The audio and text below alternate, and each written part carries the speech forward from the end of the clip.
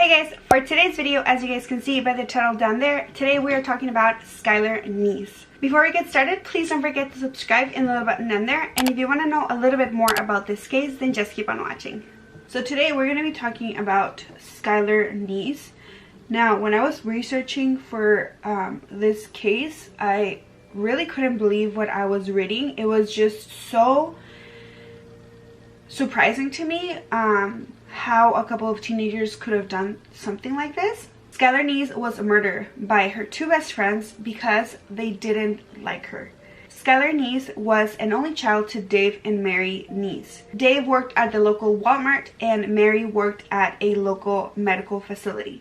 According to Skylar's friends and family, Skylar was always very bubbly, she was very loyal, and she was just an overall very happy person. She had a job at Wendy's, and overall she was a good student as well. When Skylar was 8 years old, she met Sheila Eddy. It was an instant bond and they became best friends. From that day on, they would spend every day together and they were inseparable.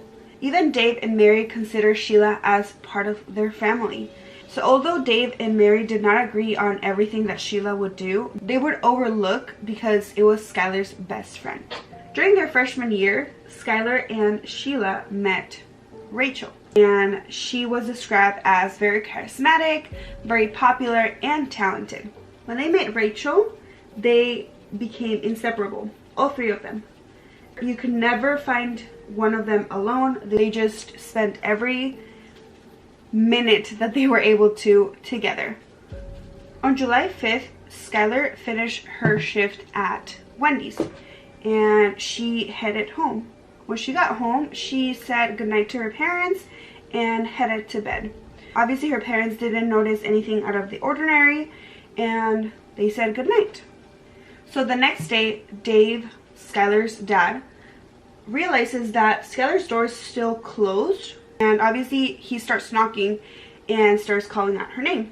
So when he opened the door, he was very surprised to find that the bed looked like nobody had slept on it the night before. He called Skylar's phone, but she didn't answer, so he decided to call Sheila and ask if, she had talked to her or knew where she was. Sheila said that she had talked to her the night before at around midnight. When Dave started looking around Skylar's bedroom to see if there was a clue or something, he noticed that the window was a little bit open, and he realizes that the screen was not there anymore. Skylar had a very good relationship with her parents, and obviously he was confused to find that the window was a little bit open, and obviously started thinking that she may had sneaked out during the night. The next day, Skylar had already a scheduled shift at Wendy's, and when she didn't show up, obviously the manager called Dave to ask if Skylar was going to come in because it was not like her to just skip a shift. This is where Mary and Dave decided to call 911 because it was very strange that she didn't show up for her shift and she wasn't answering phone calls from them. After calling 911, Mary got a phone call from Sheila. And Sheila said that she needed to talk to her. She needed to tell her the truth of what had happened the night before. So Sheila told Mary that Rachel, Skylar, and herself had snuck out the night before to drive around Star City to get high. Sheila then told Mary that the night before, Rachel and herself had dropped off Skylar around midnight, and that was the reason why she had spoken to her last night around midnight. Sheila then said that herself and Rachel dropped off Skylar at the end of the road. Skylar had said that she didn't want to wake up her parents and that she would just walk up the driveway. At this point, Mary remembers that there's actually surveillance at the apartment complex where they live, that she would actually be able to see what had happened to Skylar when she got dropped off. Now, the surveillance video shows that at 12:30 in the morning, 30 minutes after Sheila had said that they had dropped off Skylar, you can see Skylar walking out to the driveway and getting inside a car. And based on the surveillance video, because you can see that Obviously, Skylar got into the car voluntarily. Unfortunately, the police decided not to do an Amber Alert because she had left voluntarily. Just hours after Skylar's disappearance, Rachel is seen posing in pictures in her family's friend's boat, and she just seems like she doesn't have a care in the world, and she was just enjoying life. Sheila, on the other hand, is in constant communication with Skylar's parents, and she's helping them put up like missing persons posters, and she is tweeting about her disappearance, and she's asking Skylar to come back home through her Twitter. After a couple of days, Sheila asked Skylar's parents if she could go to their house and just sit on Skylar's bed. She was obviously very concerned about Skylar's disappearance. She seemed very, very worried, and Mary actually said that she came into the room and sat with her and kind of like spent time with her, and that she seemed extremely sad for her best friend's disappearance. Police started looking into bank activity or cell phone, if Skylar had used her cell phone, trying to like ping a location, but unfortunately there was no activity in either of those. Mary actually realized that Skylar's cell phone charger was still in her bedroom, and they thought, she realized that she wasn't going to take long and that she was going to come back, and that's why she didn't take the cell phone charger. Now here comes in Officer Colvin, and she was the officer that was assigned to this case and obviously to follow the investigation. And she actually went and interviewed Sheila, and she noticed that she was not showing any type of emotions in regards to Skylar's disappearance, and that she did seem a bit nervous when she was talking to her. Officer Colbank started interviewing people around the town and asking around kind of like about their group, about their friendship. She asked about Sheila, and people actually described Sheila as a very manipulative person, sneaky and shady. Some friends of Skylar actually mentioned that a couple of times Rachel and Sheila would come to school dressed almost kind of like in the same clothes, and that they would just say that it was a coincidence and they wouldn't tell Skylar. So that's where things started getting a little bit weird. People started noticing that Skylar may be a third wheel in Sheila and Rachel's friendship. In the weeks prior to Skylar's disappearance, on some Facebook posts, you could tell that she was very upset, and according to those messages, she was talking about someone in specific, and the messages said that she was very angry at them and that she did not trust them and that she was never going to trust them. Then the police found a video on Skylar's phone, and this video was actually kind of disturbing. The police realized that Sheila and Rachel obviously knew way more than they were saying. In the video, Sheila asks Rachel and Skylar how they would prefer to die. Now the police started looking into Skylar's and Rachel's messages, and this is a little bit strange, and this is where I do want to point out that this is where people started saying that Skylar may be becoming the third wheel in their friendship group. Because when police started reviewing Rachel's and Sheila's messages, they realized that they were not mentioning Skylar. It seemed that Skylar just had disappeared. At this point, Dave and Mary obviously did not believe that Sheila and Rachel had anything to do with what had happened. They were actually telling police to leave them alone, that they were just, mourning the disappearance of one of their best friends. Sheila and Rachel had mentioned to the police that they had only drove around Star City that night. But obviously police started getting a little bit suspicious of them, and they started looking around businesses and their surveillance cameras, and this is where they realized that at 12:34 a.m. Sheila's car is seen driving north from Star City. This is where police obviously start getting a little bit more suspicious of them, because why did they lie? Why did they say that they had only stayed in Star City? There's actually surveillance that they had actually left Star City at 12:34 a.m.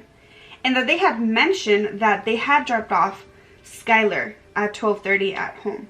They looked at the cell phone records, and they also found that cell phone tower pins them in a town called Blacksville, 45 minutes from Star City.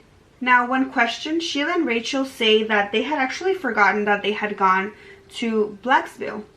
Now this is where their stories begin to change, and you start seeing kind of that at the beginning they were just saying the same thing and they were sticking to a script. Sheila said that Skylar was not with them, but Rachel said that she was.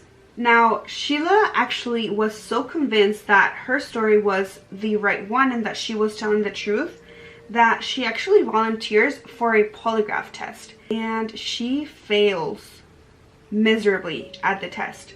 Now Rachel was on her way to the test, but she was so scared of the test that she actually jumped out of her dad's car while moving, and she just flew. She did not want to take the test, and obviously that screams guilty. Now at this point, everybody in Morgantown started pressuring Sheila and Rachel to tell the truth, to just tell the police what had happened that night, because obviously they didn't have a body and they had no clue as to what had happened to Skylar. After 6 months of Skylar's disappearance, Rachel finally cracks and has a mental breakdown. And you can actually look up the 911 call where Rachel's mom is calling 911, and you can hear Rachel screaming in the background. And Rachel is now taken into a psychiatric hospital. Now the details of what happened at the hospital have never been released. After Rachel's release from the hospital, Rachel was actually driven to the police station. This is where everything kind of takes a turn, because what Rachel is about to tell the police is something that I don't think anybody would have expected. The first words out of Rachel's mouth at the police station were, "We stabbed her." Rachel started telling the police that one day during science class, herself and Sheila started planning how to kill Skylar. They planned how they were going to kill her and how they were going to dispose of the body. So on July 6th, Sheila and Rachel gathered all the tools that they needed. They had bleach, paper towels, wipes, and a change of clothes, and kitchen knives. Rachel tells them that the night that they had picked up Skylar at 12:30 a.m., they actually had the kitchen knives in their hoodies because they were all ready to go. That night, Sheila drove out of Star City and across state lines to Brave, Pennsylvania. They went into the woods and they found a spot where they sat down and started smoking. Skylar then gets up and walks towards the car to find a lighter. Rachel and Sheila now see their opportunity and start counting down. 1, 2, 3. And on 3, they attacked Skylar. Skylar actually started running from them, and Rachel tackled her and continued to stab her. Now, according to Rachel, Skylar was screaming. Why? They actually slit her throat because they had read that that was a faster way to die.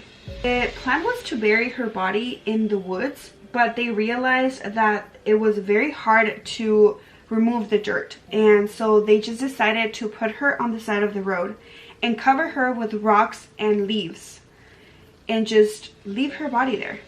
They changed into their new set of clothes and cleaned the car with the bleach so that there was no trace of blood. Police asked Rachel why they did this, and Rachel's response was just that they didn't like her. So unfortunately, because they had no body and no concrete evidence, they could not charge Rachel or Sheila. So they had to wait for Rachel to either say where the body was or find a way to incriminate Sheila. Now, when they took Sheila's car, they actually found blood. And so police decided to do a DNA test to see if it was Skylar's blood. Police needed that DNA confirmation in order to arrest Sheila. Meanwhile, Rachel continues to give details to the police and actually tells them where the body was. Skylar's body was found on January of 2013, more than 6 months after her disappearance. Now, after finding Skylar's body, the news break that, you know, they had found their body, but the identities of the murderers were not revealed at this point. So after it was announced that Skylar's body was found, Sheila started tweeting, and she said, "Rest easy, Skylar. You will always be my best friend." At the same time that she was pretending to mourn the death of her best friend, she tweeted, "We really did go on 3." And that was just a slap on the face to the police, because they had already had the details that Rachel had told them. And she had told them that, you know, she had counted down and that they did go on 3. Finally, FBI gets a break everybody was waiting for. And the DNA came back as positive for Skylar's blood. With enough evidence, police tracked Sheila, and she was actually having breakfast at a restaurant with her mom. And this is where they go and arrest her. The only thing that Rachel had said as the reason to why they had killed her was because they didn't like her. But police were not convinced that this was the only reason that they had decided to commit this. Police continued to investigate to find the real reason why they had decided to kill Skylar. So they told the police that he knew that Skylar knew more things about Rachel and Sheila that they wanted her to know. In Skylar's diary, she wrote that she had actually witnessed a sexual relation between Sheila and Rachel, and that was maybe one of the reasons that they had killed her. That maybe they were afraid that Skylar was gonna say something or tell anybody. But then Officer Colbang actually mentioned that they think that Rachel and Sheila just did it because they wanted to feel the thrill of it, and they wanted to see if they would actually be able to do it. A year and a half after Skylar's murder, Rachel pleaded guilty to second-degree murder, and based on her cooperation, she was sentenced to 30 years in prison. Sheila pleaded not guilty at first, but then she pleaded guilty to first-degree murder. After entering her plea, Sheila was sentenced with life in prison with mercy, which means that after turning 18, she would be eligible for parole after serving 15 years in prison. After this agreement, the kidnapping and the 2 counts of conspiracy were dropped. In memory of Skylar, Dave and Mary Neese passed the Skylar's Law in West Virginia. This law requires Amber Alerts on all missing children. So that is it for today's video. I really hope you guys enjoyed. If you did, don't forget to give it a thumbs up and subscribe in the little button down there. As always, the products that I use in this video are going to be linked down in the description box. And until then, I'll see you guys on my next one. Bye!